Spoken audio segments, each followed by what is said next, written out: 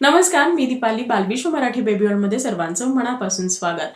आपल्या सर्वांना माहिती आहे की दात येण्याची प्रक्रिया ही लहान बाळासाठी किंवा लहान मुलांसाठी अतिशय त्रासदायक, अतिशय वेदनादायक असते. या पर्टिक्युलर व्हिडिओमध्ये आपण जाणून घेणार आहोत की बाळाची ही जी काही दात येण्याची प्रक्रिया आहे, ही प्रोसेस आहे, ही स्मूथ करण्यासाठी पालकांनी कोणत्या विशेष गोष्टींची काळजी घ्यायला हवी. काही असे मसाजचे प्रकार सुद्धा मी तुम्हाला या व्हिडिओमध्ये सांगणार आहे, ज्यामुळे दात येत असताना होणाऱ्या वेदनांपासून बाळाला आराम मिळेल.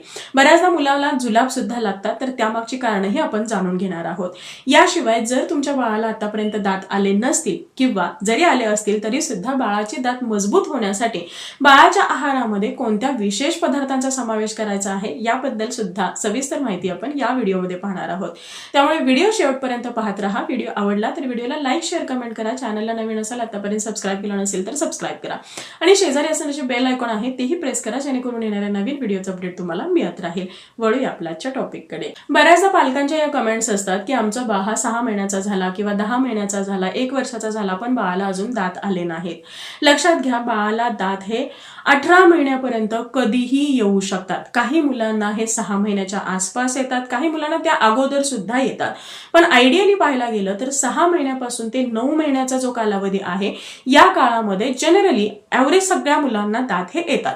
आता हे दात येणं आहे ही बऱ्यापैकी बाळाच्या शरीरामध्ये कॅल्शियमची लेवल किती आहे किंवा तुम्ही बाळाला कशा पद्धतीने कॅल्शियम रिच डाएट देत आहात यावरती डिपेंड आहे. याशिवाय बाळाचे जे जवळचे नातेवाईक आहेत, म्हणजेच आई वडील असतील, आजी आजोबा आहेत, यांना दात कधी आले होते यावरती सुद्धा ते डिपेंड आहे. जर बाळाच्या जवळच्या नातेवाईकांना दात हे लवकर आले असतील तर बाळाला सुद्धा दात लवकर येऊ शकतात. त्यांना उशीर आले असतील तर बाळामध्ये सुद्धा तो इनहेरिटन्स असू शकतो. त्यामुळे काळजी करण्यासारखी यामध्ये काहीच कारण नाहीये. तुम्ही 18 महिन्यापर्यंत वाट बघू शकता. मीनवाईल तुम्हाला बाळाला कॅल्शियम रिच डाएट द्यायचा आहे. कोणते पदार्थ द्यायचे आहेत हे व्हिडिओमध्ये आपण पुढे पाहणार आहोत. आता तुम्हाला बाळाला दात येत आहेत हे कसं ओळखायचं आहे किंवा कोणते असे लक्षणं आहेत, सिम्पटम्स आहेत की ज्यावरून तुम्ही म्हणू शकता की बाळाला दात येत आहेत. लक्षात घ्या, जेव्हा बाळाला दात हिरड्या बाहेर येतात तेव्हाच दाताची प्रोसेस सुरू होते असं नाही. हिरड्या बाहेर दात दिसण्या अगोदर कमीत कमी 2 ते 3 महिने ही टीदिंग प्रोसेस किंवा ज्याला माउदिंग असं म्हटलं जातं, तर ही प्रोसेस चालू असते आणि ते सायन्स किंवा सिम्पटम्स मुलामध्ये दिसत असतात आणि मूल हे त्या पद्धतीने रिॲक्ट करत असतं. जेव्हा हे बाळाला लक्षणं चालू होतात तर त्यावेळी मुलं हे खूप जास्त रडायला लागतात. सगळ्यात महत्त्वाचं म्हणजे या दरम्यान मुलांचे लाळ गाळण्याचं जे प्रमाण आहे हे थोडं जास्त वाढतं. या व्यतिरिक्त मुलांचे जे हिरडे आहेत हे लालसर दिसायला लागतात, टणक किंवा फुगल्यासारखे दिसतात. तिथे दाबलं तर बाळ हा रडायला लागतो.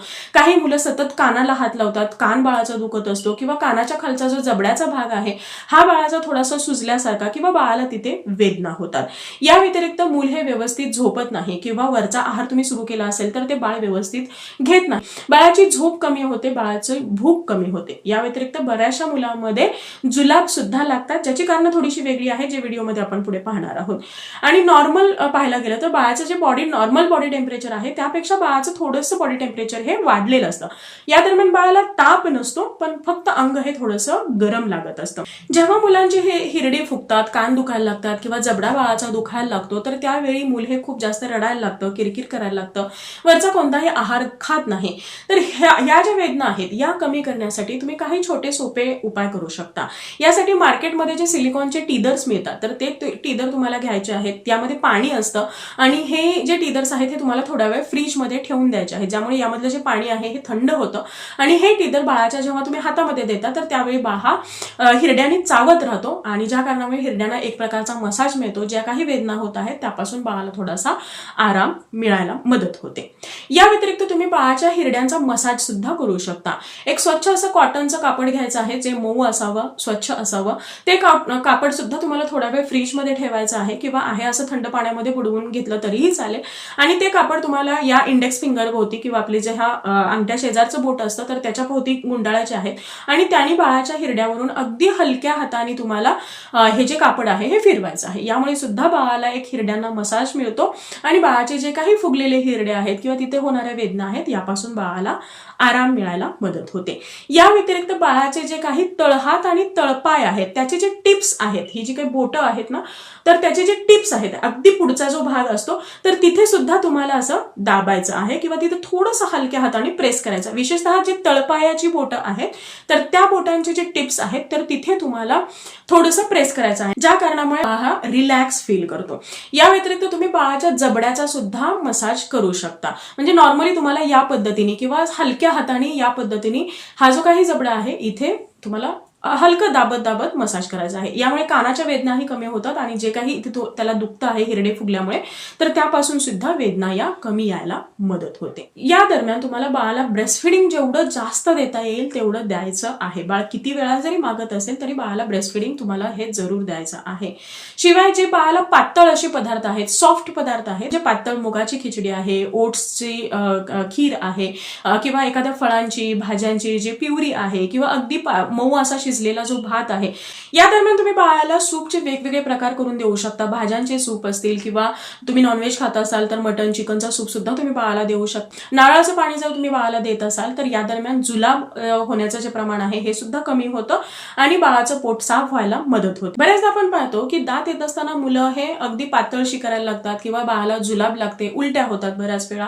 तर दात येणं आणि जुलाब लागणं याचा काहीही संबंध नाही. पण बाळाला जेव्हा दात येत असतात तर त्यावेळी आपण पाहतो की बाळ हा वारंवार हातामध्ये आलेली प्रत्येक गोष्ट ही तोंडामध्ये घालतो. मग त्याची हाताची बोटं असतील, हात असेल, त्याच्या आसपास पडणारी खेळणी आहेत, कपडे आहेत किंवा आणखी बाळाचं अंथरूण पांघरूण आहे तर हे बाळ हा तोंडामध्ये घालतो आणि हे जर अस्वच्छ असेल तर त्यामुळे बाळाला इन्फेक्शन होतं आणि ज्याचं कारण म्हणजे बाळाला जुलाब लागतात. तर पालकांनी एक गोष्ट इथे लक्षात घ्यायची आहे की जेव्हा बाळाला दात येण्याची प्रोसेस सुरू असते तर त्यावेळी बाळाचा हात असेल, आसपासचे सगळे टॉयज आहेत, फरशी आहे किंवा बाळाचं अंथरूण पांघरूण आहे, कपडे आहेत, हे सगळे स्वच्छ असायला हवेत. तुम्हाला जास्तीत जास्त हायजीन मेंटेन करणं गरजेचं आहे. बाळाचा आसपासचा परिसर, टॉयज हे सगळे स्वच्छ असतील तर बाळाला जुलाब हे बिलकुल लागत नाहीत. बऱ्याचदा मला याही कमेंट्स असतात की बाळाला जेव्हा दात येत असतात तर त्यावेळी मेडिकलमध्ये जे डेंटॉनिक्स मिळतात किंवा डेंटॉनिकच्या छोट्या छोट्या गोळ्या मिळतात त्या गोळ्या असतील किंवा जे डिगमळ पावडर आहे तर ती बाळाच्या हिरड्यावरती लावायला हवी का, बाळाला या गोळ्या द्यायला हव्यात का. लक्षात घ्या, या सगळ्या मेडिसिनचा बाळाला या दरम्यान अजिबात गरज नसते. गरज असते ती फक्त बाळाच्या बाबतीमध्ये योग्य ते हायजीन मेंटेन करण्याचा, बाळाचा आहार उत्तम ठेवण्याचा आणि हे जे काही मी मसाज सांगितले हे मसाज करण्याचा. या ज्या काही गोळ्या आहेत किंवा ही जी पावडर आहे ही बाळाला तुम्ही न देणं हे सगळ्यात जास्त बेस्ट आहे. तर जर तुम्हाला असं वाटत असेल की बाळाला दात हे यायला थोडा उशीर होतो आहे किंवा बाळाला दात अजून आले नाहीत किंवा जे आलेले बाळाचे दात आहेत हे मजबूत व्हावेत, यासाठी तुम्हाला बाळाच्या आहारामध्ये जास्तीत जास्त कॅल्शियम रिच डाएटचा समावेश करायचा आहे, ज्यामध्ये खूप सारे दूध आणि दुधाचे पदार्थ आहेत, ड्रायफ्रुट्स आहेत. तुम्ही नॉनव्हेज खात असाल तर तुम्ही अंडी, चिकन, मटन, मासे हे बाळाला देऊ शकता. अर्थातच बाळाच्या वयानुसार तुम्हाला हे द्यायचं आहे आणि जास्तीत जास्त बाळाला ब्रेस्ट फिडिंग सुद्धा करायचं आहे. या अगोदर चॅनलवरती आपण कॅल्शियम रिच डाएटचे खूप सारे व्हिडिओज बनवलेले आहेत. सर्व व्हिडिओच्या लिंक्स तुम्हाला इथे वरती आय बटन मध्ये मिळतील, तिथे क्लिक करून तुम्ही ते व्हिडिओ पाहू शकता. आय होप आजचा हा व्हिडिओ तुम्हाला आवडला असेल आणि हेल्पफुल ठरला असेल. Thank you so much for watching this video. Bye bye. See you soon with new topic.